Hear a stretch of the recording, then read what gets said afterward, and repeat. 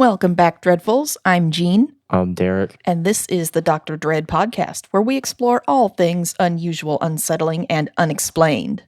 I have something a little different for you tonight, Derek. What do you mean by different? Something we haven't covered yet. Okay.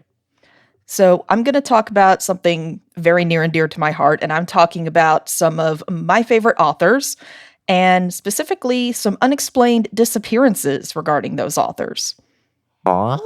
Yes. These people just fucking disappeared? Yep, unexplained disappearances of Edgar Allan Poe, Barbara Newhall Follett, and Agatha Christie. I've never heard of any of them.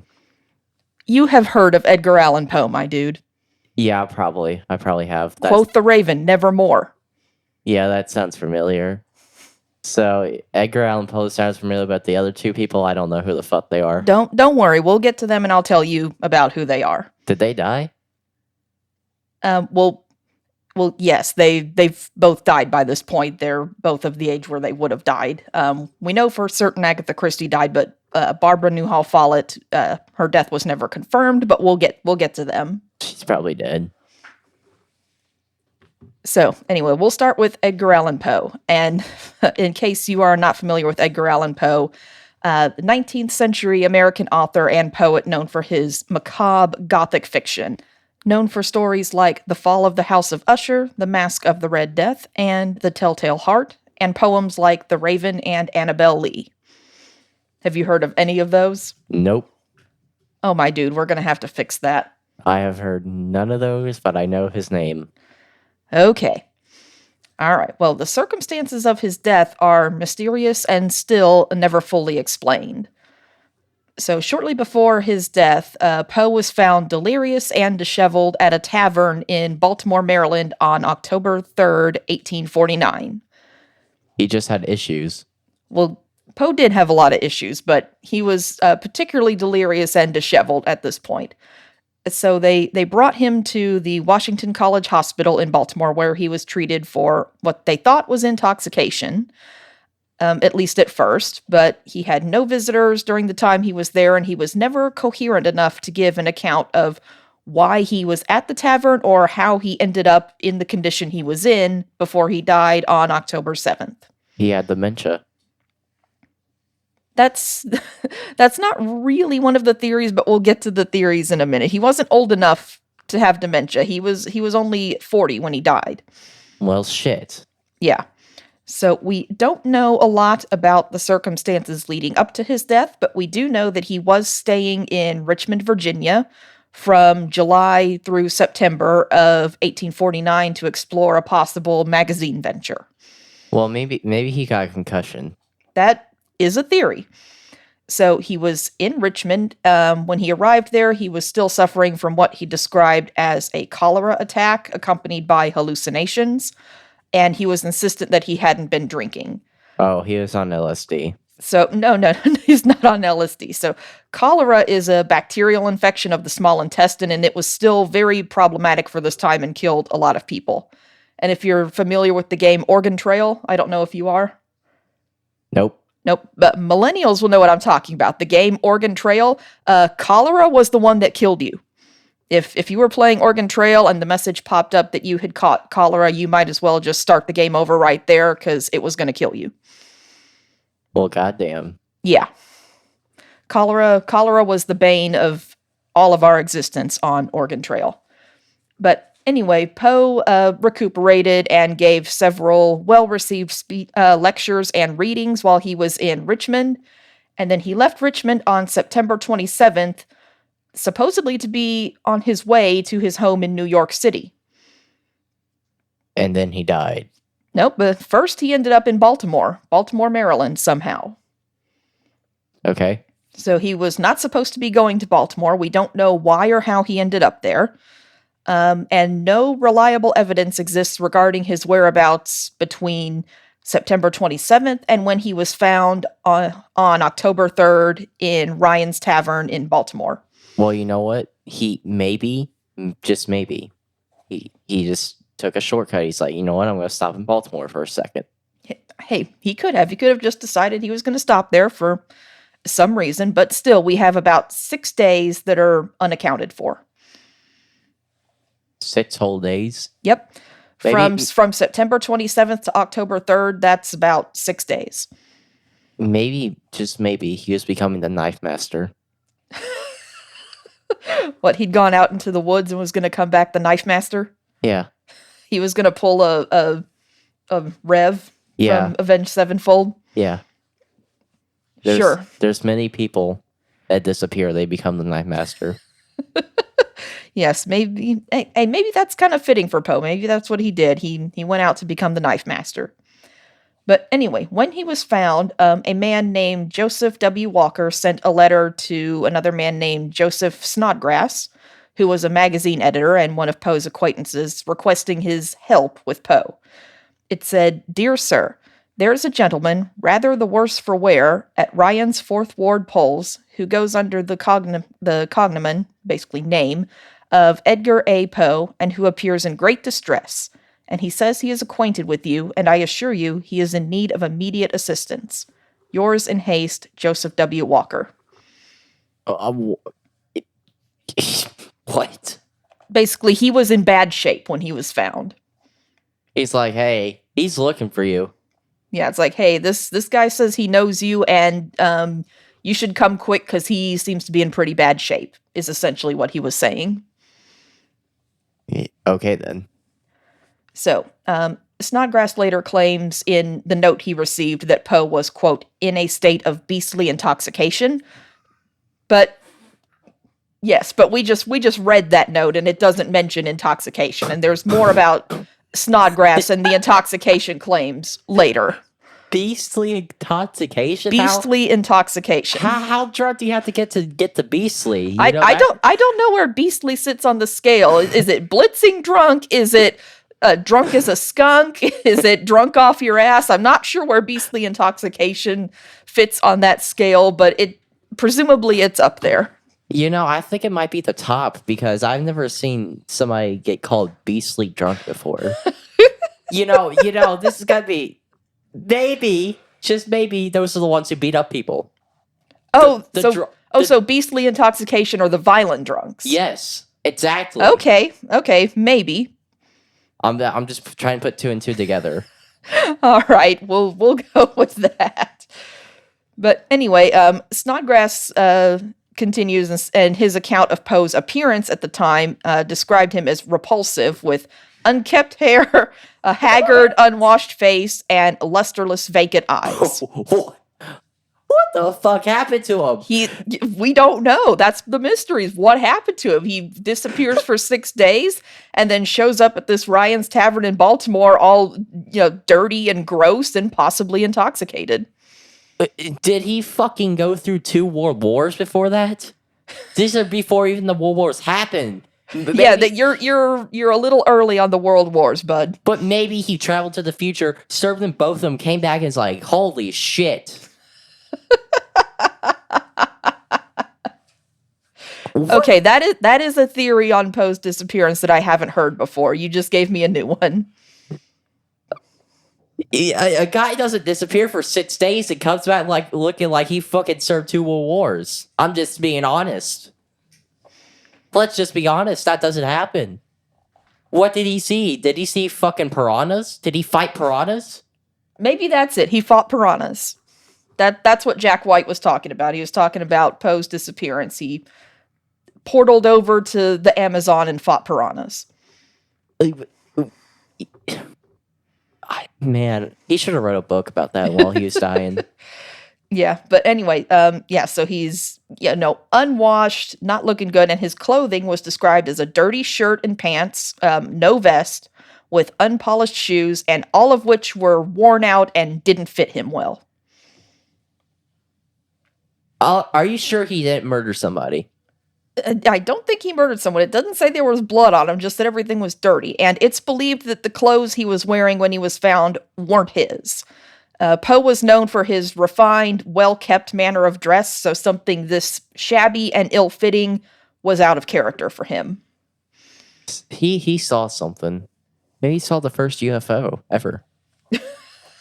He got abducted by aliens. They fucking attacked him. They jumped him. And then they were just like, here, take some clothes, asshole. And then they dropped him back into Maryland. Okay, Aliens is another new one that I've not heard in connection with Poe's disappearance. But anyway, like I said, he was taken to the Washington College Hospital in Baltimore, where they tried to take care of him. He didn't have any visitors, and he was confined to a prison-like room with barred windows in a section of the building that was reserved for drunks. So they basically put him in a insane They asylum. no, they put him in the drunk tank. They put him in the 1840s version of the drunk tank. Well, you know, I really wonder what happened to that man.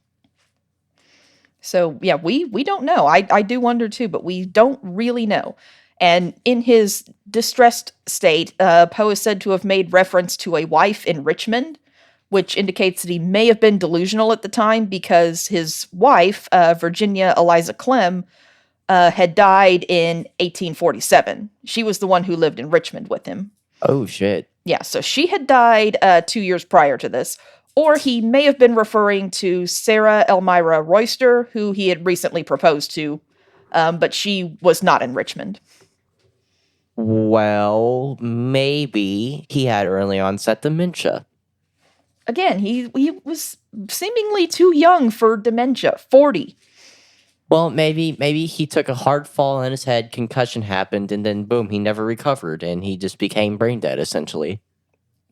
Hey, we don't know. We'll talk about theories in a minute. But his attending physician, John Joseph Moran, said during one of the few times that Poe was awake, he tried to cheer him up by saying that, hey, you're going to have friends soon. You're going to be in the company of friends soon. And Poe allegedly replied, the best thing his friend could do would be to blow out his brains with a pistol. But a lot of what Moran said has been called into question, so we'll talk about that later. Well, that's true. Well, goddamn. Yeah, if that's true, goddamn. You know, he should have maybe, tried something else. Something not involving blowing people's brains out. Maybe he should have tried to jump off a tree. Okay, that's random, but okay. Maybe it would have fixed his head. If he landed on his head, maybe the concussion would have, counteracted the other concussion, and boom, he's back to normal. I don't think that's how concussions work, but why not? Well, it's worth trying. Okay. Anyway, in addition to... Wait. Oh, yes? Oh, we could ask somebody about that, who had 4 concussions in one season. Tua Tagovailoa, the quarterback for the Dolphins. I don't know enough about football to know about that, so I will take your word on that. Yeah, he had 4 concussions in 1 year. That is a lot of concussions in one season. Yeah, then his finger, one concussion, he had his fingers were all bent, and they were just, bent up and stuff like that. Where his, nerves and muscles just started moving on their own. Oh, so he didn't, hit his fingers and knock him out of place, just the concussion caused his fingers to act weird on their own? Yeah. Ooh, yeah, that's not good. Maybe those concussions did not help him because he's still trying to tackle people with his head when he throws an interception. He had that many concussions and they were that bad and they were still letting him play? Yeah, he's still playing. Ugh. And he had 2 concussions last year too. Oh, that's not good. To be honest, I don't know if he has a brain anymore. Oh, yeah, that's not good. So far this year, he hasn't had a concussion. Well, that's okay. That is good news on that front. But Miami didn't make the playoffs, so... Well, good. It sounds like he doesn't need to be playing a lot, as many concussions as he's had. Yeah, he still hasn't learned because he doesn't slide, and he still tries to tackle with his head. Yeah, that's not good. Bad on the trainers for not trying to fix that problem. I would say bad on the coaches for basically telling him, hey, don't try to not slide and take hits and try not to tackle with your head. Yeah, that's what I mean. Bad on the coaches and the trainers for not trying to correct that problem. Well, and also letting him play when he had 4 concussions in 1 year. Oh, yeah. Bad all the way around. I mean, we remember what happened with Antonio Brown when he took a hit from Vontaze Burfict. I do not know enough about football to know what you're talking about, but again, I will take your word on it. Yeah, he took a shoulder to the head in 2015, then he had whiplash on the way down and hit his head on the way down. And then he's gone insane now.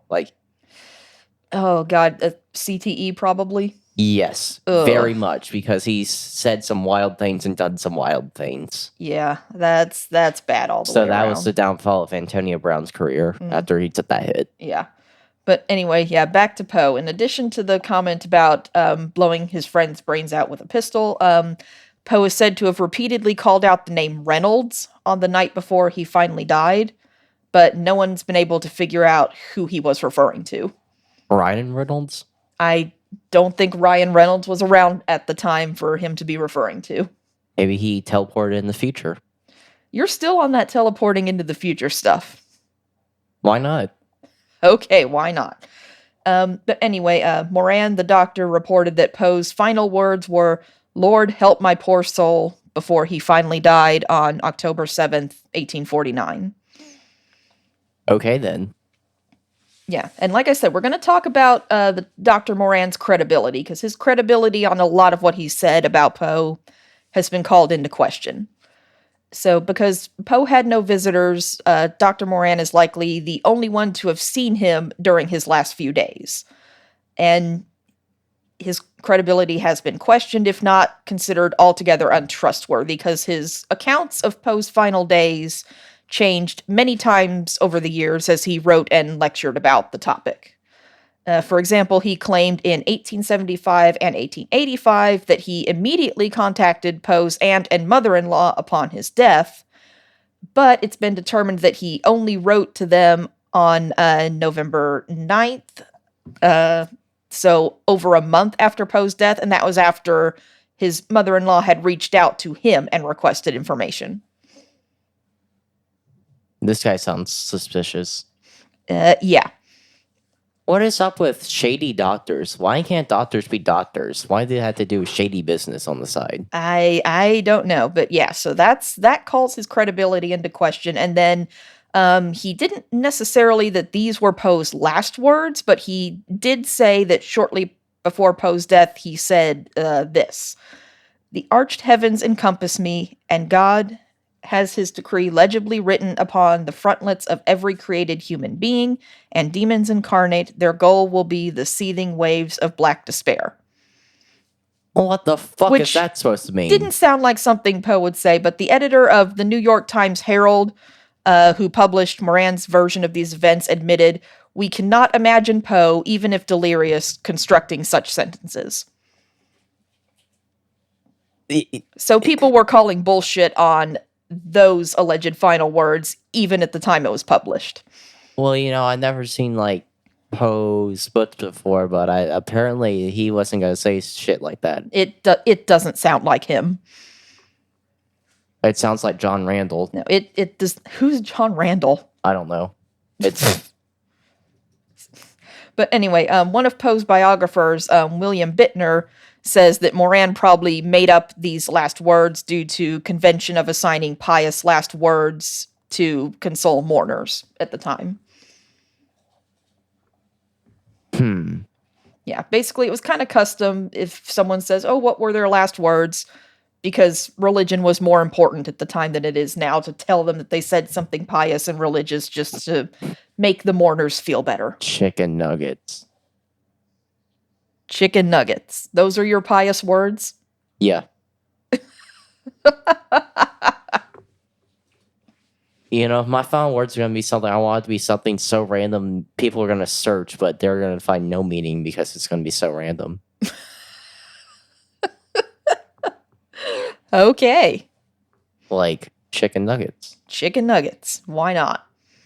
Kyle Tucker. Yeah, that's an odd one too. I can't think of anything else right now. Yeah.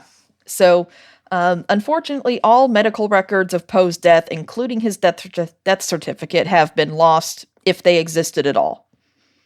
So, How did he not have a death certificate? It was 1849. They weren't as strict about requiring death certificates as they are now. Well, he was still fucking famous. You think they would have one? You would think, but they didn't. And if it did exist, it's been lost. So all the theories we have are really just speculation. But One of the theories on his death is that it was a suicide, an overdose on opiates or some other drug.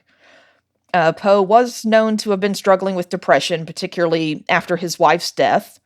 And a psychological analysis of Poe's language that was conducted in 2020 suggested that he was suffering a major depressive episode near the end of his life.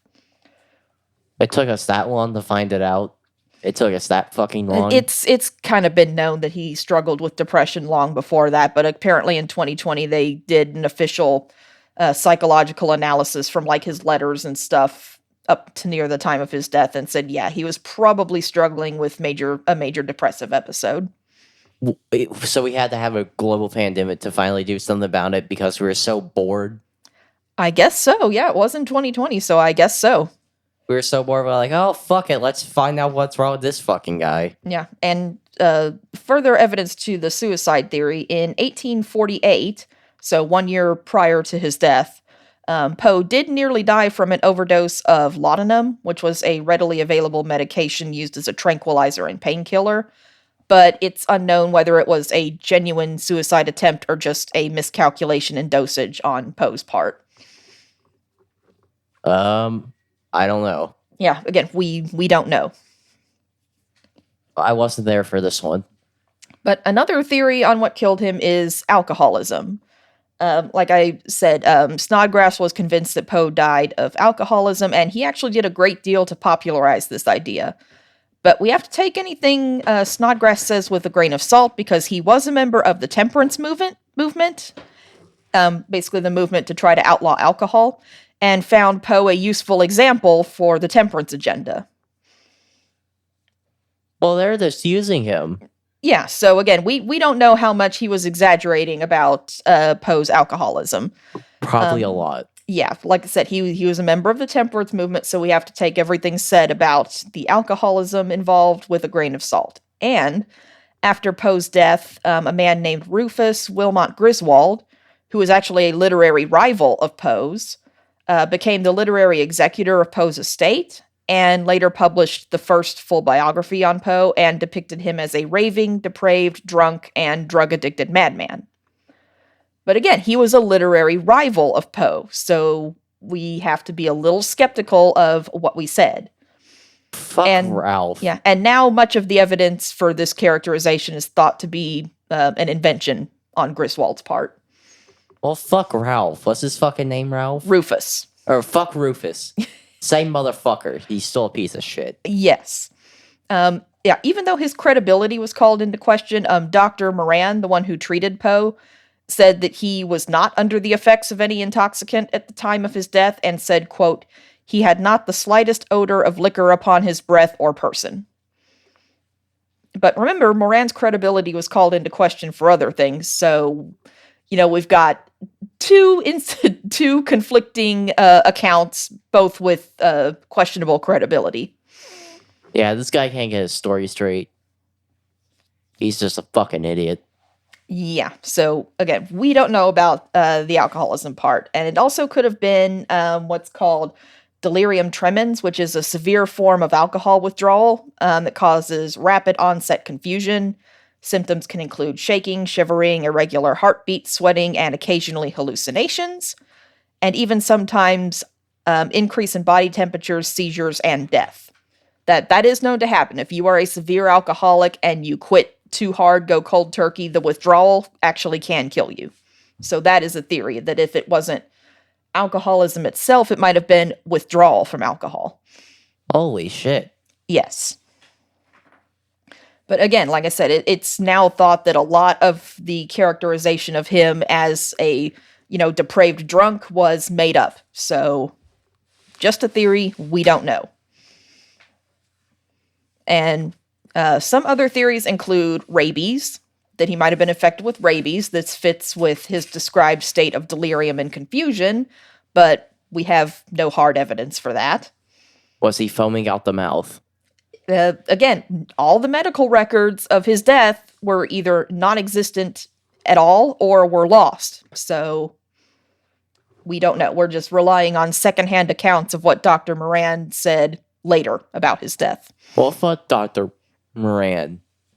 He can't get his fucking story straight. Another theory is a brain tumor. Some accounts claim that when Poe's body was exhumed for reburial, there was a large mass on his skull, which might have been a brain tumor, and that could also account for his erratic behavior before his death, but same problem with the rabies theory, we have no conclusive evidence of that. Motherfuckers. Yep. Another theory is carbon monoxide poisoning, possibly from gas lamps that were used quite a bit during that time, but same problem with the others, lacks credible evidence. Well, this is bullshit. Yeah. We're just gonna say, oh, he died from that, and that. All we have is theories. We can only speculate because we don't know. He was missing for 6 days, showed up, in messed up clothes, dirty, unwashed, delirious, and confused, and he never recovered enough to tell anybody about what happened. Well, I don't think he's fucking huffing carbon monoxide. It might have just leaked from the lamps, from the gas lamps they were using. Well, still, he would have been huffing it. He wouldn't have been huffing it. That's not the reason why it would have been carbon monoxide poisoning, if that's what it is. Well, I don't think he smelt enough of it. Yeah, these are just random guesses. And again, foul play. Some think that Poe was murdered, and that his shabby and delirious state indicate that he was attacked and poisoned. But like the other theories, it's speculative at best. He probably just had dementia. But one of the more plausible theories is that he was a victim of something called cooping. Huh? Cooping. It was a brutal and crude form of election fraud that was prevalent in 19th century Baltimore, which was infamously famous for political corruption and election fraud. That doesn't make fucking sense. Oh, here, we'll get into it. So, cooping was used by political gangs to rig local city elections. And victims of cooping were kidnapped and then forced to vote multiple times for a particular candidate. Victims were kidnapped, then cooped up in small, dirty rooms, hence the name cooping, or other hidden locations where they were beaten, drugged, or intoxicated to prevent resistance. And the kidnappers would frequently change their victims' appearance by swapping out their clothes or disguising them with wigs, fake beards, etc., to allow them to go multiple times and vote under different identities. Well, why would they do that to him? They just happened to find him. And so, like I said, all this could account for his unknown whereabouts for several days, because the people who engaged in cooping would sometimes keep victims for several days, and the state of his clothing. Remember, it was dirty and it didn't fit him very well. Yeah. So it might have been clothes they just threw on him, as part of one of their cooping schemes. And also, October 3rd, the day Poe was found, happened to be an election day, and Ryan's Tavern, the place where he was found, was a known polling place. And so polling sites were particular hotbeds for cooping during voting periods. Well, goddamn, that kind of made sense now. Like I said, it's one of the better theories. And also, Henry R. Reynolds was one of the judges who was overseeing the polls at Ryan's Tavern. And Poe may have met him on election day, so that could have been the Reynolds he was referring to. But that, again, is just speculation. Well, this kind of made sense now. So, like I said, that's why the cooping theory is one of the better theories. Well, who's next now? So that is the mystery of Poe's death and disappearance. And next up, we have Barbara Newhall Follett. Hopefully this one's more interesting. Hopefully she got, abducted by aliens or something. She just disappeared. She went out into the woods. She just wanted to live in the woods. And actually, she may have. I'm always right. She may have. She liked nature. But anyway, Barbara Newhall Follett was considered a child prodigy novelist. She published her first novel, The House Without Windows, in 1927 when she was just 12 years old. Well, that doesn't make sense. Why would there be a house without windows? I haven't read it yet, but The House Without Windows was supposed to be just the nature and the world at large. So if you're just living out in nature, everything is your house and you don't have to have windows. No, I don't agree. Yeah, The House Without Windows was about a girl who runs away to find adventure in nature with woodland creatures, and it was really well received at the time. It was praised as an excellent work of, quote, pure and unbridled fantasy. Well, that doesn't make sense. It seems like there'd be wolves and other predators that would hunt them. I haven't read it yet, but I want to now, and maybe she met wolves and got along with them. I don't know. She's not fucking Tarzan. No, but anyway, but even more impressive, she actually first wrote this novel not when she was 12, but when she was 9. She began writing it as a birthday gift for her mother. It was originally titled The House Without The House Without Windows and Ypersip's Life There. Ypersip is the name of the main character, apparently.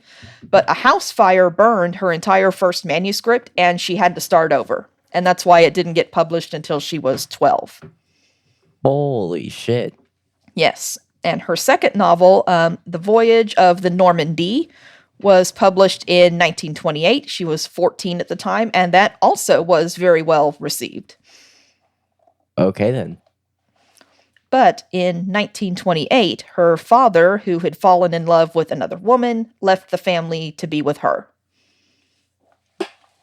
Damn. Yeah, bastard. And that was a crushing blow to Barbara because she was very close with her father. He'd been very supportive in her writing efforts.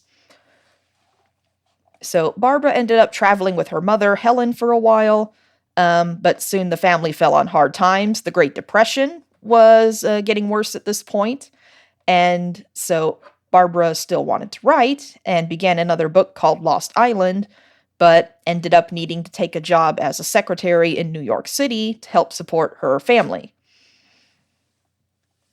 Alrighty. Because, Great Depression's coming around, and she couldn't write or sell books fast enough to support them that way. And shit hit the fan. Despite her fame as a child prodigy. And shit hit the fan, Yes. And then explosions. Yes, at one point she's said to have written, "My dreams are going through their death flurries. They are dying before the steel javelins and arrows of a world of time and money." Nice. That's so cool. she's going through it at this time. She's not doing well. And in the summer of 1931, Barbara met Nickerson Rogers, or Nick as he was called. They spent the summer of 1932 hiking the Appalachian Trail together. Remember I said she might have gone out into the forest. She liked nature. Nick Fury? No, not Nick Fury. Nick Rogers. Well, he's boring. That name's boring. But anyway, they hiked the Appalachian Trail together in 1932 and then traveled to Europe to continue their hiking expeditions in Spain and the Swiss Alps. And they finally settled in Brookline, Massachusetts, and they were married in July of 1934. Barbara was only 20 at the time. What age did she disappear? Let's see. She was 20 in 1934, and she disappeared in 1939, so she was 25. Well, she was just boring then if she disappeared at the age of 25. He could have lasted at least 20 more years. Why does that make her boring? It's boring. Think about it. You didn't even put any books out. You put like 3 books out and then you just disappear. That makes it more fascinating that she's this child prodigy and a young woman and then she just randomly disappears. Well, that makes it less boring. Well, she quit writing. She just had enough. She was bored. No, she still continued to try to write, but unfortunately she found her work was no longer favored with publishers, and the continuing economic pressures of the time, remember they're just coming out of the Great Depression, forced her to take on more unfulfilling jobs. And that's why she ran into the woods. Possibly. And although Barbara and Rogers were initially happy, by 1937, Barbara had started expressing dissatisfaction in her marriage in letters to her close friends and family. And by 1938, she was convinced that Rogers was being unfaithful to her and became quite depressed. And that's why she ran into the woods. Possibly. In 1939, Rogers told Barbara that he wanted a divorce. And then finally, on December 7th, 1939, Barbara and Rogers had a fight. She walked out of their apartment with $30 in her pocket, which is equivalent to about $657 as of 2023. And that was the last time she was seen. $30 and a pack of Skittles. You and the pack of Skittles. You talk about that pack of Skittles a lot. They're very important for your survival. Did you not know that? Taste the rainbow. Skittles can save your life. Taste the rainbow. Yeah, you can taste the rainbow and follow the rainbow back to glory. See, that's how Skittles save your life. Yeah, the yellow and orange ones taste like shit, but you know what? You gotta taste the fucking rainbow. There's Derek's survival advice. Always have a pack of Skittles. You never know when you have to bribe like a fucking cryptid like Mothman or something. Are Skittles the cryptid currency? Not really. They just love Skittles. Oh, okay. So if you got Skittles, hand them. Especially the sour Skittles. They love sour Skittles. Oh, cryptids like the sour Skittles more? Yeah, because they're the fucking best Skittles of all time. Okay. What fucking Skittles do you eat? All right, then. You heard it here. Keep sour Skittles on you in case you run into a cryptid. What kind of fucking Skittles do you eat? You eat the fucking berry ones? Hey, I grew up when we didn't have sour Skittles, all right? We just had the regular ones. They're all right, but sour is better. And no, I don't like the berry ones. Smart. So anyway, like I said, she disappeared on December 7th, 1939, and Rogers didn't notify the police for 2 weeks, claiming that he was waiting for her to return. He killed her. That is definitely a theory. And then it wasn't until 4 months after her disappearance that Rogers finally requested that a missing person bulletin be issued. But because it was issued under her married name, Barbara Rogers, instead of her known, author name Barbara Follett, it went unnoticed by the media. Yeah, he murdered her. That's my new opinion now. She got murdered. Yeah, well, her body was never found, and law enforcement found no evidence either indicating or excluding foul play. So foul play, meaning that he might have murdered her, is still a possibility. He got away with murder. And it turns out that her mother thought so too, because in 1952, 13 years after Barbara disappeared, Helen tried to insist that police investigate further, but there wasn't much they could do. And she also became suspicious of Rogers after discovering how little effort he put into trying to find Barbara when she vanished. And in a letter to him, she wrote, "All of this silence on your part looks as if you had something to hide concerning Barbara's disappearance. You cannot believe that I shall sit idle during my last few years and not make whatever effort I can to find out whether Bar is alive or dead, whether perhaps she is in some institution suffering from amnesia or nervous breakdown." That's interesting. Yeah, so even her mother was suspicious of Rogers by the end. So theories about her disappearance includes foul play by her husband, Nick Rogers. Their marriage was falling apart, and his seeming apathy toward finding her after she disappeared is suspicious.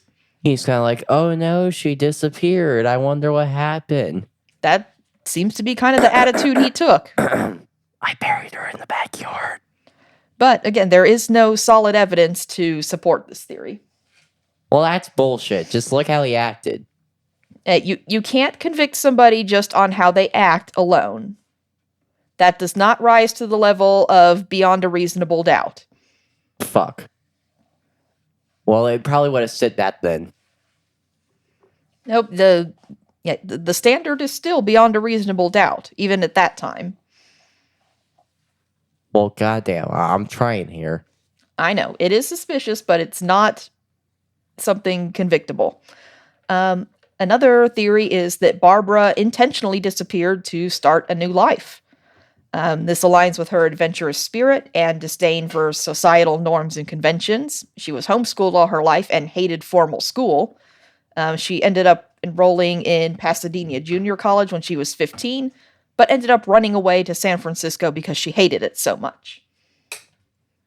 No offense, but she kind of sounds like a weirdo. So, running away from an unsatisfactory marriage and life doing, meaningless jobs that she doesn't like fits with her sort of adventurous and unconventional spirit. But she did have a writing career, even if it was suffering that she loved. So, that theory is not really favored. Maybe she just like running. She just like running from things. Possibly. So, another theory is that she committed suicide. She was known to have struggled with depression, like we talked about. She had dealt with the loss of her father, the tension in her marriage, and now the decline of her literary career. And people in support of the suicide theory think that it might have just all become too much. Well, that's a possibility. It is a possibility. Another theory is that it was truly just an accidental death. That she, left her apartment, went out, maybe hiking in the woods somewhere and just met some sort of accidental death. And then due to the lack of effort in finding her, her body just went undiscovered. She fell off a mountain. She very well could have. Like I said, she was known to be an avid hiker and known to love nature. It's very possible that she just went out hiking somewhere and just, died from some sort of accident out in the woods somewhere. Is this the last theory for her? Nope. This new one is the last theory. This theory came up in 2019 when a writer named Daniel Mills came up with a new theory. He proposed that Barbara's body actually was found, but it was misidentified. Okay, you've intrigued me now. Yes. So after investigating multiple missing persons cases, Mills thinks that her body was found in November 1948, but it was misidentified as the body of Elsie Whitmore, another young woman who had disappeared in June of 1936. So the body was discovered by a deer hunter on Pulsifer Hill in Holderness, New Hampshire. The local police of the area were aware of Elsie Whitmore's disappearance and concluded that the body was likely hers, because it was, mostly decayed. It was mostly just bones at this point. But they were unaware of Barbara's disappearance, so there was no connection to be made there. But Mills thinks that it was actually Barbara because Pulsifer Hill was located just a half mile away from a farmhouse that Barbara and Rogers rented in the area as kind of like a nature retreat for them. Well, that's a very good possibility. Yeah, so there is reason for Barbara to have been in the area, but the police could never articulate why Elsie would have been in that particular area. Also, shoes that were found near the body were too large for Elsie. Oh, shit. Yes, and also objects found in a purse found near the body, mostly a pair of glasses, were foreign to Elsie's family. They didn't recognize any of the objects in this purse. So Elsie didn't wear glasses, but Barbara did. That's my new favorite theory. Yeah. That's her. Yeah, that's why this is the new theory. And in the case of the body that was found on Pulsifer Hill, whether it's Elsie or Barbara's, the cause of death was determined to be suicide. A bottle containing barbiturate residue was found at the scene, and that was a substance Barbara was known to be taking at the time of her disappearance. Yeah, that's her. So, yeah, that is sort of the new prevailing theory, was that the body that was discovered, initially thought to be Elsie Whitmore, was actually the body of Barbara Follett. Yeah, that's her. But again, it's still, unsubstantiated. It's still just a theory. So technically, still to this day, we don't really know what happened to Barbara. Okay, who's this last woman? All right, the last one, Agatha Christie. The Queen of Crime herself, which is a name now actually trademarked by her estate. Oh, okay. I can't believe you have never heard of Agatha Christie. I may have heard that name, but I don't recognize it. So she is an English author known for her murder mysteries and detective novels, particularly those involving the fictional detectives Hercule Poirot and Miss Marple. Yeah, no. Murder on the Orient Express. Oh You shit. you watched that movie with us. I know you did. Yeah, that was her. She wrote that was based on her novel The Murder on the Orient Express. Okay, yeah, I know her. Uh-huh. Yep, she wrote 66 detective novels and 14 short story collections. And she also wrote the world's longest running play, a murder mystery called The Mousetrap, which has been performed on the West End of London since 1952, and it's still running today. She made some hits. She Yes, made some she did. hits. Yes, she did. She is the best selling fiction writer of all time. Her novels have sold more than 2 billion copies. That is billion with a B. Well, goddamn. Yes. And according to UNESCO's Index Translation Database, she is the most translated author. So why would she just disappear? We don't really know. But in December of 1926, she made international headlines when she disappeared for 11 days. And that disappearance has never really been explained. She took a vacation. That is a theory. That is actually a theory. But Agatha Christie's career was at its height by the end of 1926. Her sixth novel, The Murder of Roger Ackroyd, had just been published earlier that year, and her first collection of short stories had been published 2 years previously. So her career is doing really well by this point. But while her professional life was flourishing, her personal life was not. Archibald Christie, which was Agatha Christie's first husband, had been having an affair with a woman named Nancy Neely. And in August of that year, he asked Agatha for a divorce.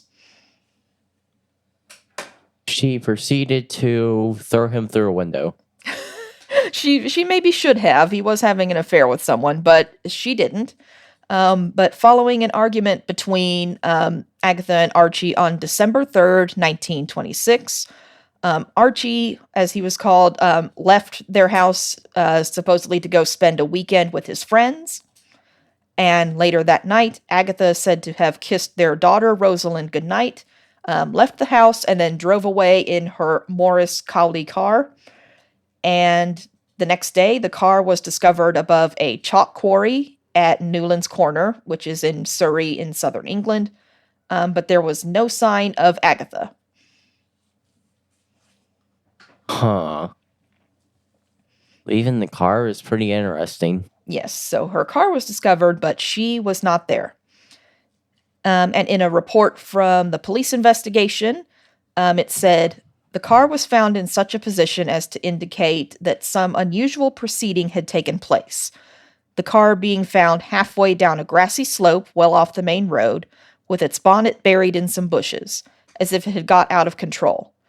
In the car was found a fur coat, a dressing case containing various articles of ladies' wearing apparel, and a driving license indicating that the owner was Miss Agatha Christie of Sunningdale Berks.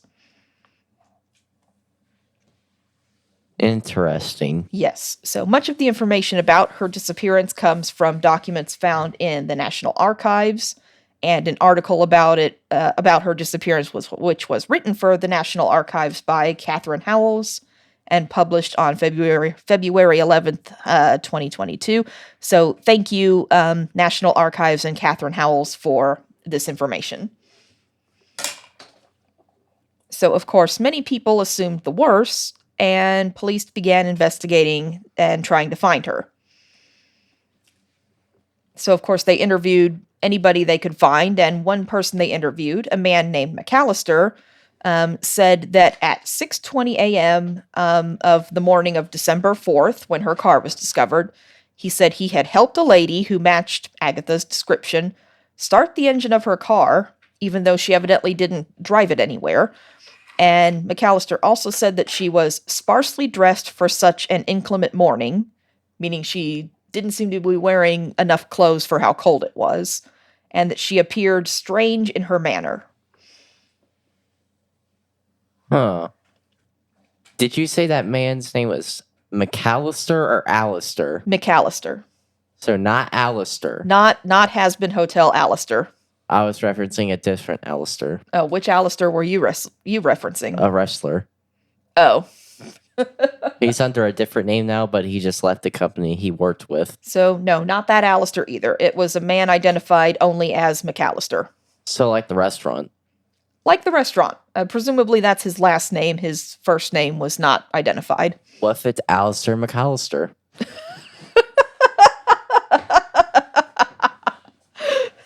It could have been. We don't know. They didn't give his first name, so it's possible. Mr. Alistair McAllister. But anyway, yeah, she was seen at 6:20 that morning. He helped her start the engine of the car, even though she didn't drive it anywhere. And she was dressed oddly and acting weird, according to him. She was doing backflips. I don't think appearing in a strange manner means doing backflips, but sure. Well, if I saw a person doing backflips, I think they were pretty strange. They're doing some strange things if it's 6 in the morning. Fair enough. But anyway, her disappearance was so widely, so widely reported in the newspapers. Remember, she's very famous for her writing career at this point. And many concerned members of the public even joined in the search, including Sir Arthur Conan Doyle. Yes, the Sherlock Holmes author. He's even said to have consulted a medium to help solve the mystery of her disappearance. This dude was fucking weird. He's going too far. Well, he's probably dead now, so. Yes, they're all very well dead now, but still, people are concerned about Agatha's disappearance. And meanwhile, journalists were speculating as to the cause of her disappearance and put forth numerous theories, such that she drowned herself. Apparently, there was a pond nearby where her car was found, that her husband Archie had murdered her, and that the whole thing was a publicity stunt to promote her novels. I mean, it did kind of sound like the plot for one of her detective stories. A woman goes missing by her car. Yes, it sounds like it could be the beginning of a plot for one of her novels. She was weird as fuck. That's the important bit. But finally, 11 days later, on December 14th, 1926, a member of the public happened to recognize her. She had showed up and was staying at the Swan Hydropathic Hotel in Harrogate. It's basically a spa with, like, saunas. Boring. Yeah, so she had checked in, and some sources claim she checked in under the name Nancy Neely, which is Archie's mistress. But apparently the name she signed in the hotel registry records reads Tressa Neely. It's possibly she meant Teresa, but it looks like it more naturally reads as Tressa. Either way, she did use the last name Neely. She's going undercover? Maybe. Spying on him? Possibly, but when she was found, Agatha seemed to be suffering from memory loss and claimed to have no recollection of the preceding 11 days or any reasons for her actions or why she was at that hotel. I'm just here so I don't get fined.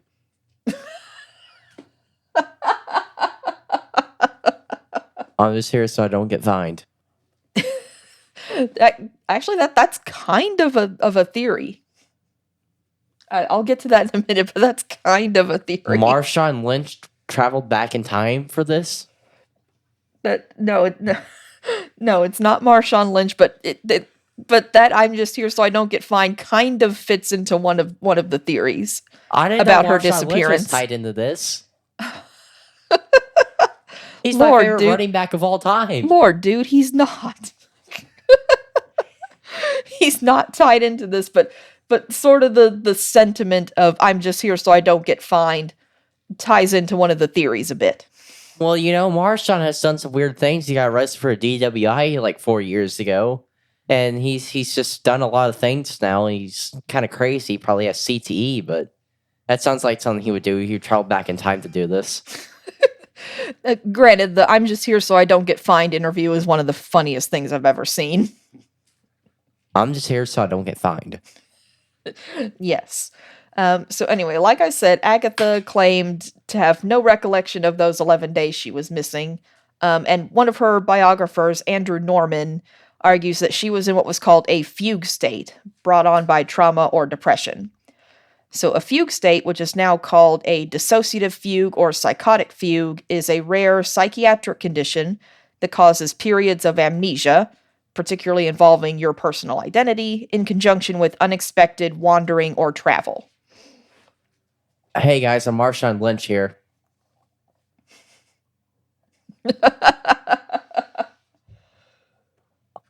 I'm Marshawn Lynch. Are you having a fugue state now?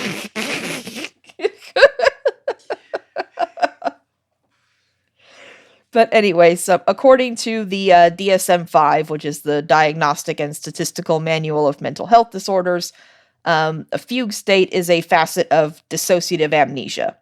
It's typically preceded by a series of long-term traumatic episodes. And Archie, her husband, did claim that she was suffering from a nervous disorder and memory loss. Dude. I don't know. I'm trying to make this. I'm trying to make this more funnier. This is pretty fucked up. Yeah. Hey, there's a reason this is still an interesting mystery. Yeah, it is odd, just disappearing for 11 days and then having no memory of what happened during those 11 days. I'm just here to provide comedy. I'm just here to provide comedy and give my thoughts. You are doing that. So that's one theory, but others believe that her actions were deliberate. Possibly meant to cause distress or embarrassment to her husband, which might be why she checked in at the hotel under the name Neely, or possibly a symbolic protest against his infidelity. Holy shit, she's 10 fucking steps ahead. That possibly. Shit. But because Agatha's disappearance had been so widely covered in the press, once she was found, people began expressing concern that the police response had been excessive and that time and resources had been wasted on the search for her. But this ended up being mostly due to sensationalization of her disappearance in the press and inaccurate reports that airplanes, divers, and multiple police forces had been involved in the search for her. Well, if that was the fucking case, that would be too much goddamn tax dollars for my likings. Yeah, and that's basically what people were complaining about, was that it was too much time and resources, too much of their tax dollars put into finding this woman. So in response to questions about the resources expended for her search, the Home Secretary, which is basically a senior minister to the Crown and the UK government, gave a written statement saying no members of the Metropolitan Police were specially detailed for the purpose, and no cost was incurred by the Metropolitan Police.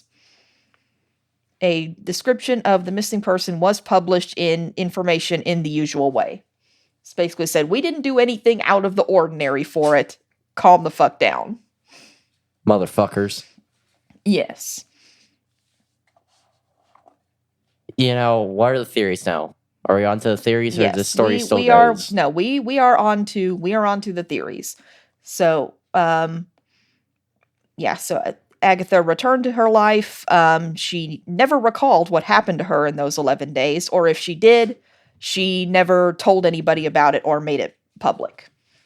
She was just fucking around. She just wanted to fuck with people for 11 days. She went on a vacation. She's like, you know, these motherfuckers are going to be so fucking scared. I'm going to see this. I'm trying not to laugh my ass off. Yeah. And then I'm going to come back, and then I'm going to be like, oh, yeah, I'm dumb. Yeah, so she very well could have. But yeah, she returned to her life. She and Archie finally did divorce in 1928. He went on to marry Nancy Neely, his mistress. And Agatha did remarry. She married an archaeologist named Max Mallowan in 1930, and they remained married until her death in 1976. And she continued her writing career, of course, publishing 60 more novels and numerous short stories. So, good for her. She just felt like fucking with people. That actually is a theory, that she just felt like fucking with people. That's my theory. So, yeah, theories in addition to the ones we've talked about already, the fugue state, the publicity stunt, the revenge on her husband. Another theory was that it was a nervous breakdown, similar to the fugue theory. Another biographer of Agatha Christie's, Laura Thompson, suggests that Christie was conscious of her actions, but not in emotional control of herself. And as a subpart to this theory, some think she might have had suicidal intentions when she drove away on December 3rd and intended to drown herself, but that she either changed her mind or couldn't bring herself to do it. Alrighty. Yep, another possible theory is a brain injury. It's possible that she, hit her head when the car crashed, whether it crashed intentionally or accidentally, we don't know. But either way, the theory is that she might have hit her head when the car crashed, and that caused the temporary amnesia. I'm concussed. That is a theory. I'm Tua. So another theory is just exhaustion and overwork. It's thought that possibly the pressures of her career might have become too much to handle, and she reached a breaking point and wanted to just escape from the responsibility and the media spotlight for a little bit, whether, consciously or unconsciously. And as a subpoint, she might have intended to disappear for a while, just, take a mental health break, as we'd say today, but then didn't anticipate the media response to her disappearance and felt like she couldn't come forward without embarrassment or scandal, so she relied on the amnesia story. So like you said, she just wanted to take a vacation and go away for a while. And then she acted stupid. Possibly. And then, like you said, possibly she just wanted to fuck with people. Another theory is that it was a literary experiment, that she staged the whole disappearance as a real-life experiment for a future novel. And while she never wrote about this incident explicitly, the idea does resonate with her reputation as a master of plotting and intrigue. And she was known for using her real-life knowledge that she obtained in real life in her novels. She'd served in hospital dispensaries during both world wars, and that gave her a thorough knowledge of poisons that were featured in many of her works. And after she married her second husband, she traveled with him a lot on his archaeological digs, and she used her knowledge obtained there about both archaeology and Middle Eastern settings for many of the settings of her novels. Nice. Yeah, so it's very possible that it was just some experiment for a future work. But again, all these are just theories. But if you are a Doctor Who fan, you know the story. You know that Agatha Christie was just helping the Doctor deal with the wasp monster. Yep. So there you go. Those are our mysteries surrounding our authors, Edgar Allan Poe, Barbara Follett, and Agatha Christie. Agatha Christie is a time-traveling alien now because she went in TARDIS. Well, going in the TARDIS doesn't make you an alien, but yeah, she did help the Doctor fight the wasp monster. Yeah. So I remember that episode. Yeah, you remember that episode now? One. Yeah. That's Agatha Christie. Yeah, and then you had David Tennant, who was the best Doctor. Yes, David Tennant is still the best Doctor. You can fight me on that. I'm not gonna fight you on that. David Tennant is still the best Doctor. And then Matt Smith. And then Christopher Eccleston. And then the 12th one. Oh no, don't hate on 12. It was that old guy. Yes. I like him too. He was a lot. I don't remember Peter Capaldi. That's his name. Yes, don't hate on Peter Capaldi. I forgot his name. I called him the old guy for a reason. I forgot his name. That's terrible. Well, still, don't hate. I can't list Capaldi as my bottom Doctor anymore. I can't. That one episode, Heaven Sent. 13 is the worst Doctor of all time. Oh, don't hate on her either. The writing was fucking awful. Okay, yes, the writing was not up to par with that, but that's not her fault. There is that one episode where he got timed in that trap thing and he had to break out. Which one are you talking about? Number 12 broke like some law by the Time Lords and he got sent to that prison. Yes, that's the one I'm talking about, Heaven Sent. That is quite possibly my favorite Doctor Who episode ever. He was really good in that one. Yeah. Yeah. He spent like how many years in that fucking thing? A lot. And it was like 0 years to the other person. Yes. I forgot her name. Clara. But no, Clara was Yeah. dead at that point. Oh shit. Yeah. But yes, that is quite possibly my favorite Doctor Who episode ever. Yeah, that was really good. Okay, so anyway, yeah, we're ending on Doctor Who, even though we talked about strange disappearances of authors. So that's all we have for you right now, and thank you for listening. And remember to like and subscribe and all the things. Thank you for listening.